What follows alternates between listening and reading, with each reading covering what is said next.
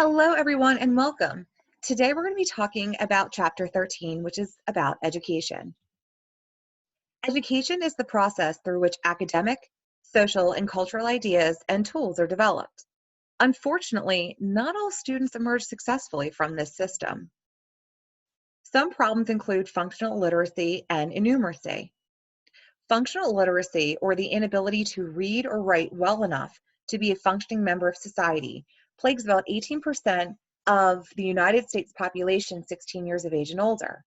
Further, innumeracy, or having insufficient mathematical skills to function in society, is experienced by 30% of the population ages 16 to 65.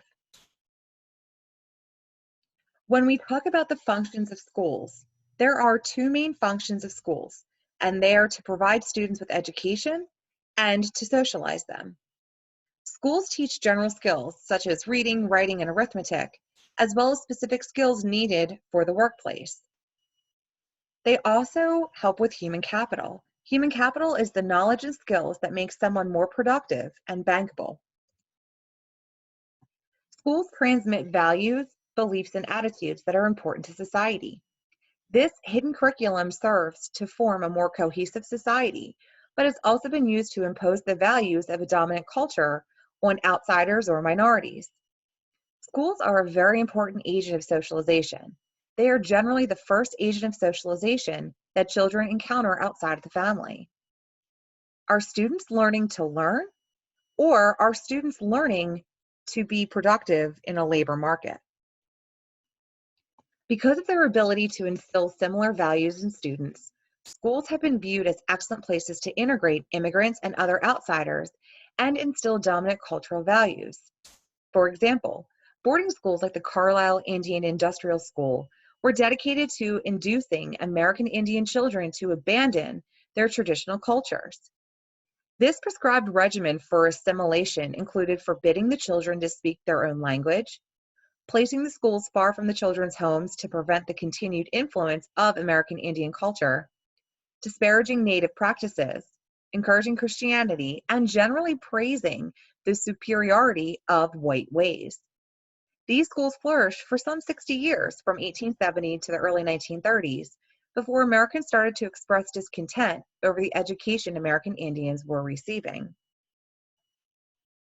The non-academic and less overt socialization functions of schooling are what are called the hidden curriculum. This hidden curriculum serves to form a more cohesive society, but has also been used to impose the values of a dominant culture on outsiders and minorities. The transmission of knowledge is a manifest function, which means it's an obvious function of education. Obviously, you learn to read, write, and do math, and so on. Other functions are not so obvious. They are called the latent functions. Examples of latent functions include learning to follow society's rules and to respect authority, and being socialized to develop other qualities that will eventually make us efficient and obedient workers.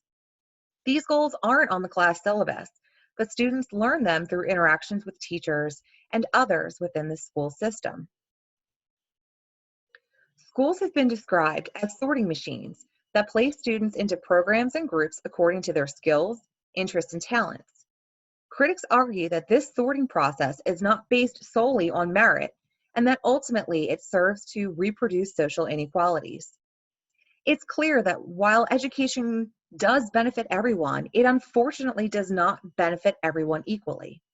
Sociologists have long been interested in the hidden curriculum, which is related to the latent functions of education that we just discussed. This includes things such as obedience to authority and strict adherence to norms. Many critics argue that the hidden curriculum reinforces and reproduces conditions of social inequality in society. So do schools really matter? Well, the 1966 Coleman Report showed that two primary factors, family background and peers, explained differences in achievement among schools rather than differences in school resources as had been expected. Since the 1980s, it's been shown that smaller class sizes have a positive impact on student performance. Think about your own experiences in high school and college. Do you think that your background influenced your success or lack thereof in school? While at Mercer County Community College, have you learned better in bigger classes or smaller classes? Private school students perform better academically than their peers at public schools, in part due to academic and behavioral differences. But some scholars argue that most private school students would also do well at public schools, so the education they are receiving may not, in and of itself, be the explanation for their better academic performance. Instead, it is social capital. Social capital is the information, knowledge of people, and connections that help individuals enter, gain power in, or otherwise leverage social networks. Many of the sociologists believe that it is actually social capital that affects academic performance. So think for a second about why private school students fare better than public school students. Is it because they are better students? Because they go to better schools? Because they're more motivated? Again, some scholars argue that most private school students would also do well at public schools. So the education they're receiving may not in and of itself be the explanation for their better academic performance. Rather, it's the social capital. If you recall from chapter 5, that social capital refers to the information, knowledge of people, and connections that help individuals enter, gain power in, or otherwise leverage social networks. Researchers have hypothesized that the closeness of the Catholic community reinforces among teachers, parents, and students behaviors and norms that are conducive to learning. So what's actually going on inside of our schools? Well, the first thing is tracking. Tracking, a way of dividing students into different classes according to their ability or future plans, is intended to tailor a student's educational experience more directly to their particular goals. School subjects might be divided by the level of ability required, advanced or remedial, or the type of preparation, including academic, vocational, or general. For example, if you're college bound, you may be sorted into honors or advanced placement college prep classes. In practice, tracking has several negative effects and may be more beneficial for those who are already privileged. There's also this thing known as the Pygmalion effect. The Pygmalion effect, or self-fulfilling prophecy, is the process that occurs when behavior is modified to meet pre-existing expectations. It's been shown that teachers can influence student performance through the expectations they set and their choice of instructional methods, which may include best practices. Studies show that low-achieving students placed in a classroom with mostly high-achieving students tend to improve rather than fall behind. In a similar vein, a class with more problem students in terms of behavior tend to have more disciplinary problems overall and lower test scores. Rosenthal and Jacobson talk about the symbolic interactionist study of education, suggesting that teachers' attitudes about their students unintentionally influence their academic performance. When teachers expected students to succeed, the students indeed tended to improve. What we see here in figure 13.1 is the rise of educational attainment between 1940 and 2016. In 1910, when 24% of people over age 25 had completed fewer than 5 years of elementary school and only 14% had completed high school or more, maintaining an elite status through schooling meant perhaps completing high school. However, as the American educational system expanded throughout the century, higher levels of education became universal. This is what we see here. Between 1940 and 2016, you see not only that more people are achieving higher levels of education, including high school, some college, and bachelor's degrees, but you're also seeing that more people are completing not only high school, but you have less people who are completing less than a high school diploma. And again, as I just mentioned, in 1910, there were only 24% of people over age 25 that had completed fewer than 5 years of elementary school, and only 14% had completed high school or more. That definitely has changed as 2016, when 31% of people over the age of 25 had a college degree. Functionalists have argued that the rise of education rates in the United States over the past 100 years is a response to the demands of the marketplace, though there are many critics to this theory as well. Conflict theorists claim that the educational boom in the United States is due to the expansion of the educational system and the general view held by Americans that education is a mark of the elite status. We also need to talk about credentialism. Credentialism is an overemphasis on credentials, such as college degrees, for essentially signaling social status or job qualifications. As more and more people meet the qualifications for certain types of jobs, employers upgrade the requirements in order to weed out more people. The Scholastic Aptitude Test, or SAT, has been shown to accurately predict a student's potential for college success. However, critics argue that there are other equally good predictors that don't share the SAT's downsides. Many critics suggest that standardized tests include cultural biases that influence the outcomes.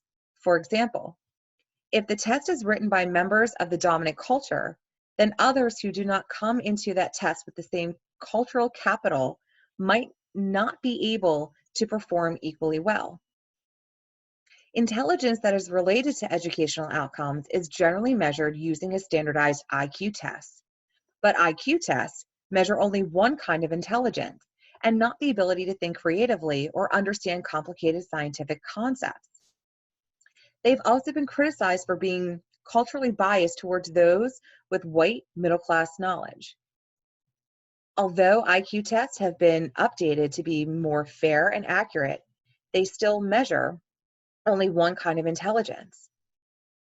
They still face concerns about being culturally biased, and they can't truly measure innate intelligence, which leads us to affirmative action. Affirmative action, which refers to a set of policies that grant preferential treatment to a number of particular subgroups within the population, has come under attack as constituting preferential treatment and taking opportunities away from more deserving students or candidates. However, research findings dispute these and other arguments. Sociologists are still interested in understanding the achievement gap between white and minority students. This has been attributed to class, but other theories include the internalization of negative stereotypes. A stereotype threat is when members of a negatively stereotyped group are placed in a situation where they fear they may confirm those stereotypes. For example, when Black students take the SATs, they may unconsciously worry that they will confirm negative stereotypes about Black or African American intelligence.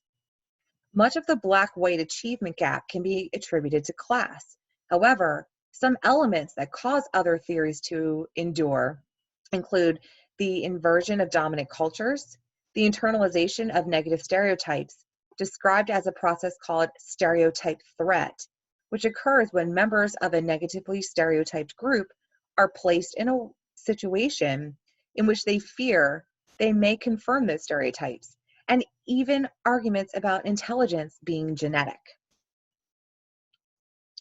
The achievement gap between girls and boys has been closing in many academic measures, but women are still earning less money than men, leading sociologists to investigate this further. In the past 30 years, girls have caught up with and even surpassed boys in many measures of academic performance to such a degree that some scholars talk of a quote-unquote boy crisis. However, on average, women still earn less than men with the same educational level. As we had seen in a previous chapter, women earn between 80 and 81 cents per every dollar that a man makes. Studies show that family size, spacing between siblings, gender, and birth order can affect educational outcomes. For instance, the most prominent hypothesis, called the resource dilution model, suggests simply that parental resources are finite, and each additional child gets a smaller amount of them. So what brings about these effects? Again, the resource dilution model suggests that because parental resources are finite and that each additional child gets a smaller amount of these resources, it may be harder for larger families to fully educate or promote education as smaller families or as compared to smaller families. Furthermore, if children are spaced closer together, there's more competition for the same resources at the same time. Socioeconomic class or socioeconomic status, as well as race and ethnicity, are often intertwined and clearly affect educational outcomes. White, middle-class students consistently outperform minority and lower-income students. Money can buy advantages for middle-class students, including tutoring, test preparation courses, and access to private schools or better public school districts. In addition to the advantages that money can buy for a middle-class student, such students tend to come from families with more cultural capital, which can include greater parental involvement, more informal educational opportunities outside of the school, and more confidence in dealing with the school bureaucracies. I hope that you enjoyed Chapter 13, all about education. In the comment section below, I would love to hear from you in coming up with one way in which we as America can start helping schools to not only be able to provide the equality of education that many people are seeking, but also to be able to reduce stereotype threats. So I'd love to hear what you would suggest in order for that to be accomplished. As always, if you have any questions, comments, or concerns, please feel free to reach out to me. Otherwise, I hope you have a great day. And until next time, be kind to yourself and others and work smarter, not harder. Take care.